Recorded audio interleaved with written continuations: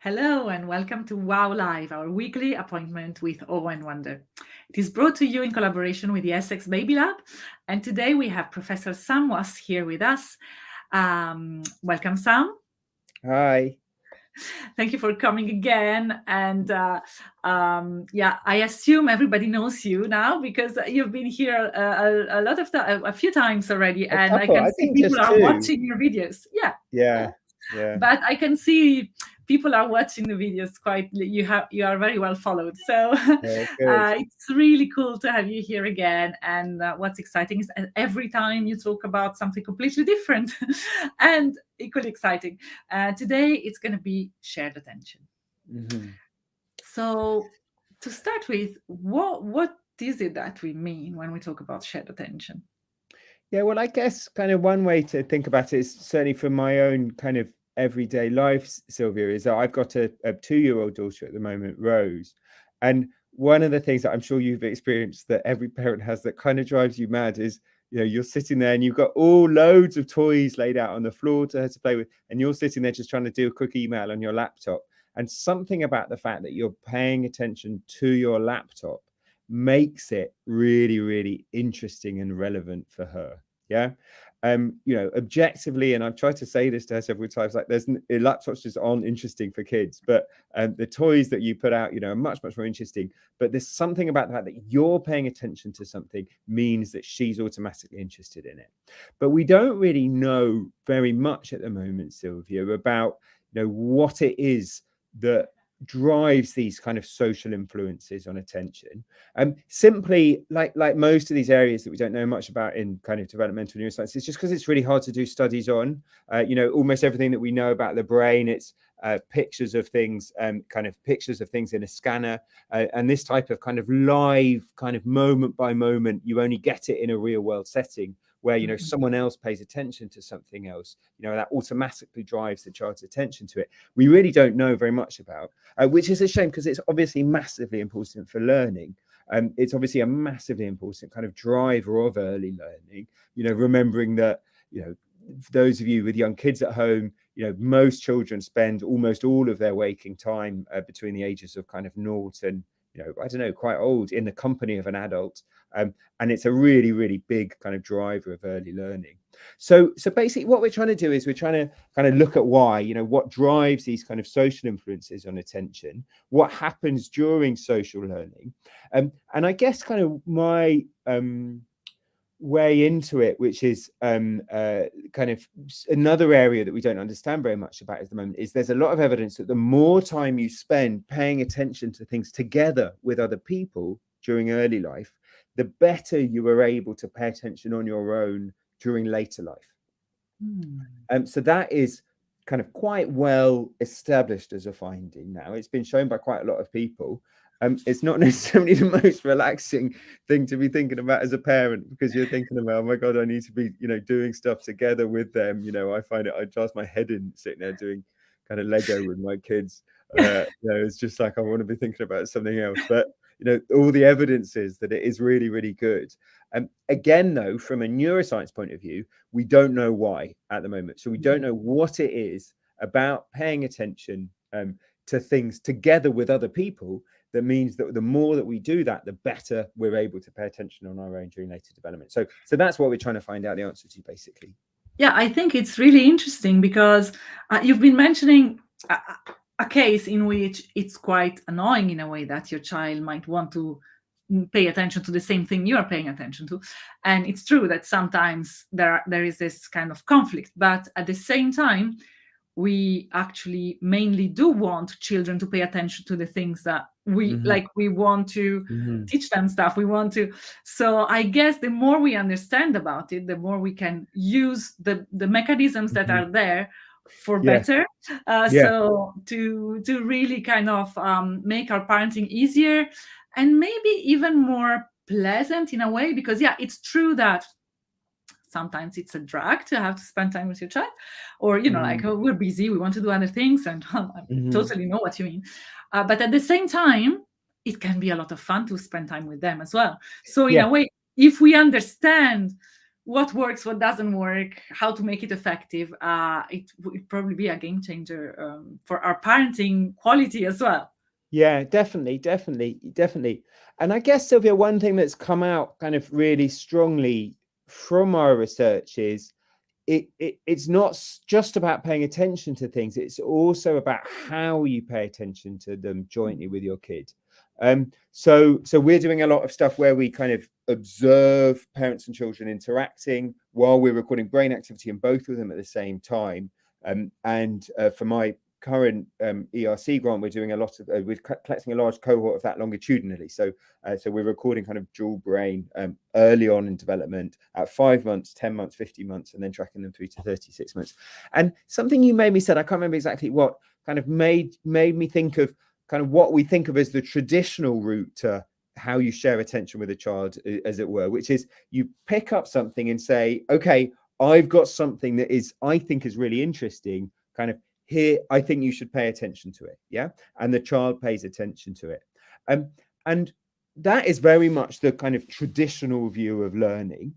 All of the kind of traditional core basic insights into how we pay attention socially and how we learn socially are very much about how information flows from my brain as the adult to my kid's brain as the learner. Yeah. So if you think of it, it's a one-way flow of information. Yeah. And I'm controlling what they're paying attention to and so on. And I guess one of the things that's come out of this research that is really relevant, and I really do think about this a lot with my own kids at home, is when you look at the kind of the microdynamics of how these brains are interacting, you in fact find at quite a fundamental level that's not how it's working. And what's happening rather is that even a young child, they are kind of initiating things and they are setting off their own kind of ideas and their own interest in things. And they're very sensitive to whether or not you follow their lead. Yeah. So it's opposite to this, just like, I'm 44, and the way I learned when I was at school, I remember, was just a teacher just sat and wrote a passage on the blackboard about a Tyrannosaurus Rex in chalk, and we had to copy it down into our notebooks. Yeah. And that was very much an old-fashioned approach to learning, that your information is flowing from the teacher's brain into my brain, one-way traffic. Yeah. Nowadays, we know, and it's very evidence-based, that best learning for older kids happens much more interactively. Yeah. So it's a much more, children learn things more effectively if you get a chance to ask a question and then you get told the answer, or you ask a question, you guess what the answer is, and then you get told what it is. And loads of studies have shown that children just remember stuff better, in that type of learning. And I guess what we're looking at in terms of early learning is basically the same, even back to really, really, really early development, that children are initiating, and that the way that social attention works is this idea that, children initiate, but they're very, very, very sensitive to, do you respond to their initiation? Yeah. So they start, but they're starting out lots and lots of different things at random. Yeah. And then if there's one thing that you respond to as the caregiver, yeah, that's when they really, really learn that very well. So if you think, for example, about labeling things that your kid is looking at, yeah. So again, it's something that I don't want to make life stressful for all your listeners, because again, it's something that I find quite stressful to do when I'm at home with my kids. But there's a lot of evidence that if I see, a 2-year-old kind of looking at something or interacting with it, then that is the time to give them the word label for that object. Yeah. And then they'll learn it much, much better, rather than just, picking up something and saying wallet, wallet, wallet. Yeah. If you wait till they're looking at the wallet and playing with it, and then you give the label, they remember it better. So it is kind of about social stuff, but it's very much kind of child-led social stuff. Yeah. This really resonates with what we do at Baby Brains, and we have this approach that we call the LOVE approach, that stands for learn through observation and validate through experience. And the whole idea is that first you stop and watch what's going on, and then you might have your hypothesis that, oh, the child cares about the wallet right now, and then you start labeling the wallet, touching the wallet, describing it, whatever, and see whether, if the child was really interested in the wallet, then you will see that they pay attention. If they were interested in the money inside the wallet, you will notice that you will kind of fine tune what you think the child is interested in as you go along in the interaction. And this kind of zooming in together requires, well, basically it helps the learning, and at the same time it really creates this bond between the child and you, Mhm. this fact of kind of, Mm, I know how you tick, I know how you function, I know which are the things that are going to interest you. mm, And that in itself is a big product of development of parenting. mm.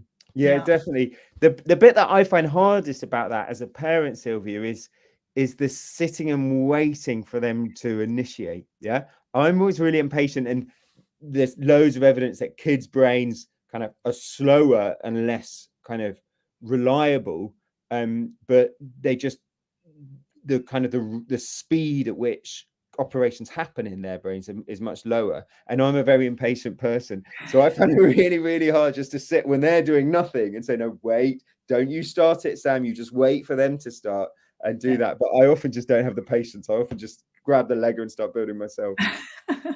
I know exactly what you mean. This is why we came up with this love thing. It's like I sit there and go like love, love, love while I wait. Oh, I see. Oh, you've got a little mantra to help yourself. Oh, that's nice. Yeah. And Yeah. so I guess there's a few other things that following on from this that are probably also quite I guess quite controversial, certainly in terms of um the traditional literature, I guess, in how we evolve and develop as social kind of interactive beings. And I guess one of the ideas that I don't know how much you've covered this before, one of the ideas that's very prevalent in our understanding of how social learning works is this idea, as I say, that we're natural kind of inbuilt kind of social communication machines. So there's a lot of evidence that for example, my bread and butter when I was just starting out in developmental neuroscience was this idea that children are, even from a few hours after birth, children are sensitive to what we call ostensive signals. Yeah. So that's a sign that someone else is trying to communicate with you. Yeah. And there was a study coming out suggesting that children's brain show differential response to whether or not someone's looking at them, even as opposed to looking, just past them, even within a few hours of birth. And there's also a lot of evidence, a kind of old evidence for the idea that children gaze follow. Yeah. So if I'm looking at you and then I look down to an object, that you will then follow my gaze. Yeah. And there are various other ideas that have kind of contributed to this idea that kind of children's brains are kind of inbuilt to be very sensitive to social signals from birth. In fact, as we're kind of taking a different approach, and there's a kind of there's a bit that I don't really want to get into here because I don't think it would be that relevant to people about kind of how we're finding different findings between our kind of old-fashioned ways of studying the brain, which is very much kind of flashing things up on a screen and looking at how the brain responds, to what we're doing now, which is actually observing children's brains in real-world interaction. But certainly when we're observing children's brains in real-world interaction, we find that in fact they're strikingly insensitive to what you're doing as a caregiver in terms of where you're looking, where you're smiling. It's certainly in the types of paradigms where we're using, where you just have a pile of toys on a rug or a table and you just get the parents and the children to play with them.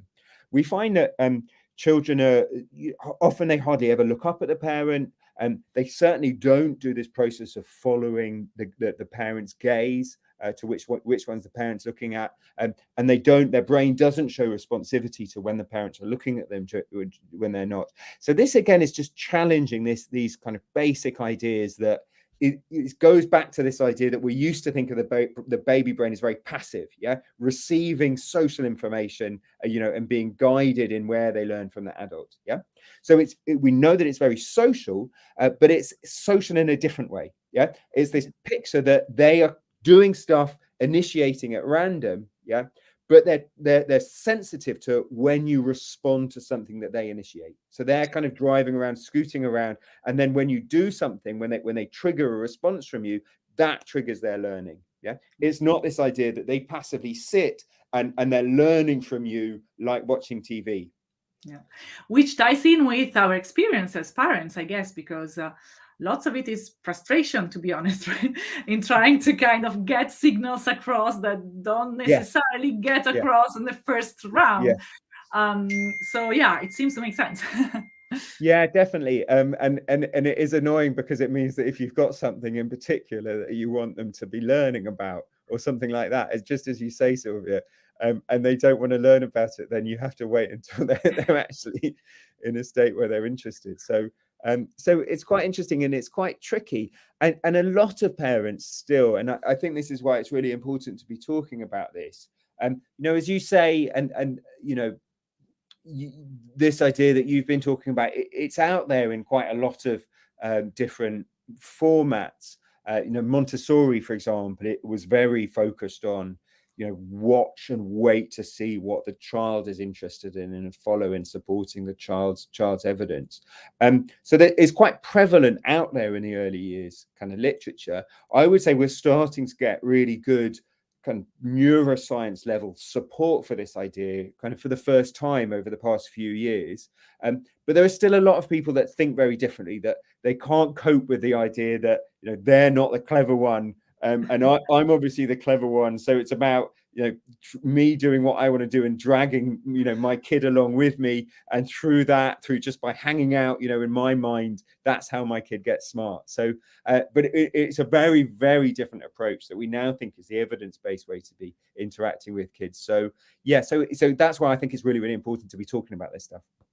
Yeah, because it will require a big shift in education, I'm thinking, as well as in parenting, right? Yeah, definitely. Yeah, definitely. And yeah, always the thing when you present this to teachers, this is this big transition from early years teachers where you're often more used to the fact that you're not in control, to teachers working with older kids. I was doing some talks with teachers working with older kids, and they really don't like this idea of you can't. My experience is early years teachers are quite happy not being in control. Teachers who work with teenagers are quite happy with the idea of not being in control just because they don't. But it's the ones in the middle that they really don't like the idea that they're not the ones leading the interaction. So yeah, really important to be talking to them about it. Yeah. Thank you for doing that. Yeah. Mm. So I've got a bit more, Sylvia, if you want, just about this this idea that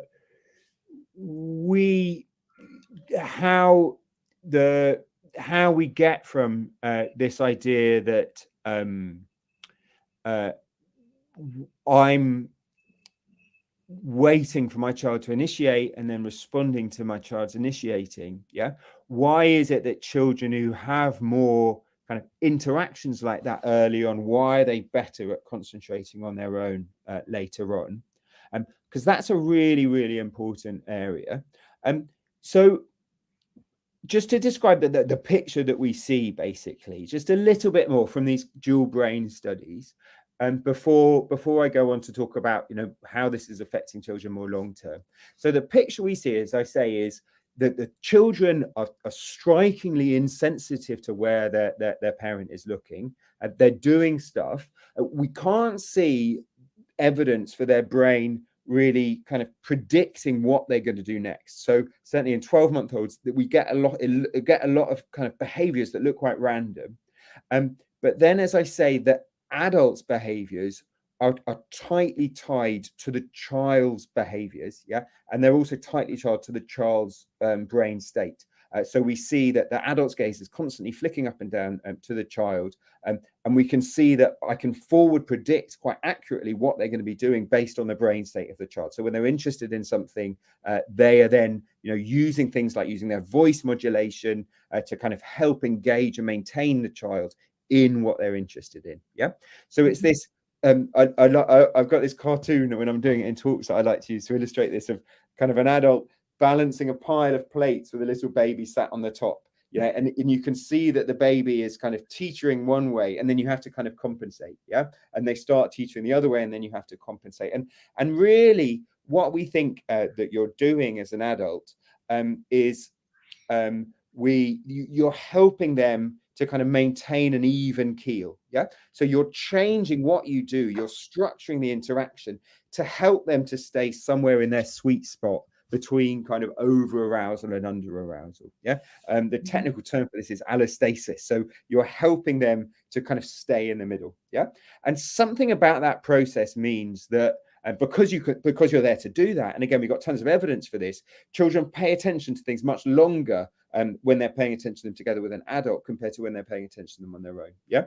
And something about this process of having someone there to help manage my attention, yeah, to help, keep me in this kind of sweet spot in the middle where I do my best attending, not getting overexcited, not getting underexcited. Something about that process means that the more skilled my parent is at doing that for me early in development, the better I can pay attention on my own later on, which is interesting. And it's one of those puzzles that we don't really know what it is.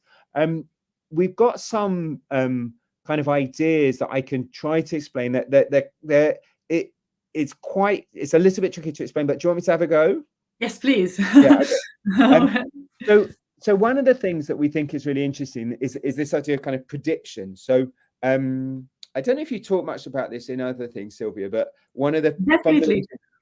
Sorry. We are actually, just sorry to interrupt, but we are looking at something very similar together with Maria Laura Filippetti and self-soothing kind of thing, where basically, it's not self-soothing. You need the input from the parent and kind of getting close, building this loop whereby the feedback from the parent helps then on the long term help the child learn to settle themselves. So in a way it's different, but it sounds it's very similar. Like the same process going on, right? Yeah, that's really interesting. In fact, one of the examples I was going to give was my 2-year-old daughter Rose. We have this thing which drives me mad at the moment, which is I haven't done, despite the fact I'm supposed to be an expert on kind of stress regulation in children, we've done a terrible job of sleep training my kids. And she's now at the stage when she wakes up and she won't go off until I actually go up. And we're much too soft with them. That's my problem. But then the minute that I go into the room, I don't have to go to her or touch her or anything like that. She will immediately just lie down in her bed and go straight back to sleep. And what that is it's exactly this process that I'd be really interested to hear more about this process. So she's kind of internalized and is predicting what's going to happen to the point where she doesn't actually need me to do it anymore.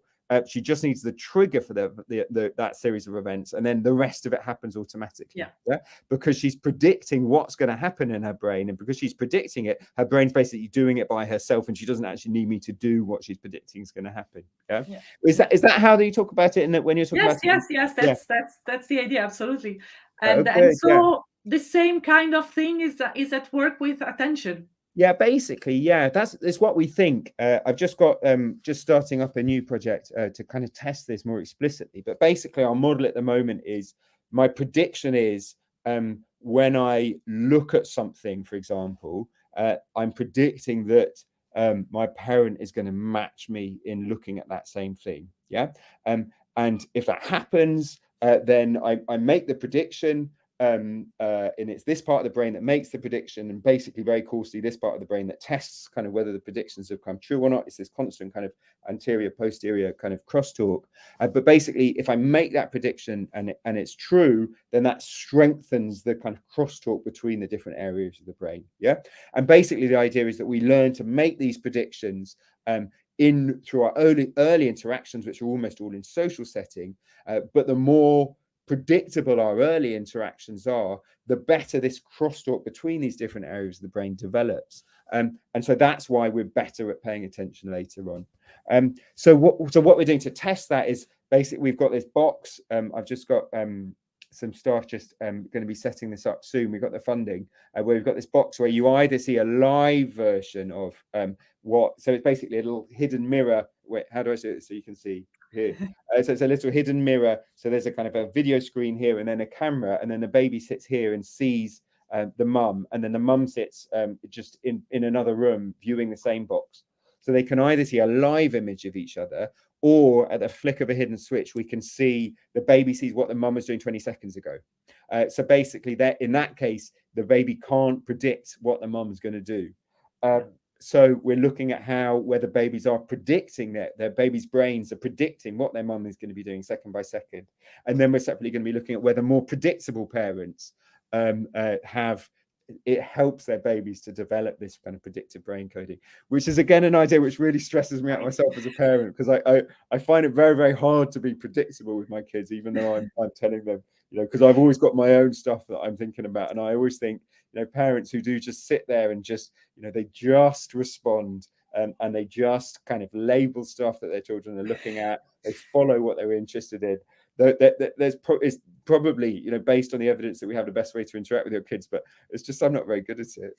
But do they exist, those parents? Well, maybe we kind of put the bar very high there, don't we? Yeah. I always remember a conversation I had with a friend, and I was feeling it's kind of not exactly on this topic, but it's related, because I was feeling like I'm not a very orderly person. Like the house is often a mess.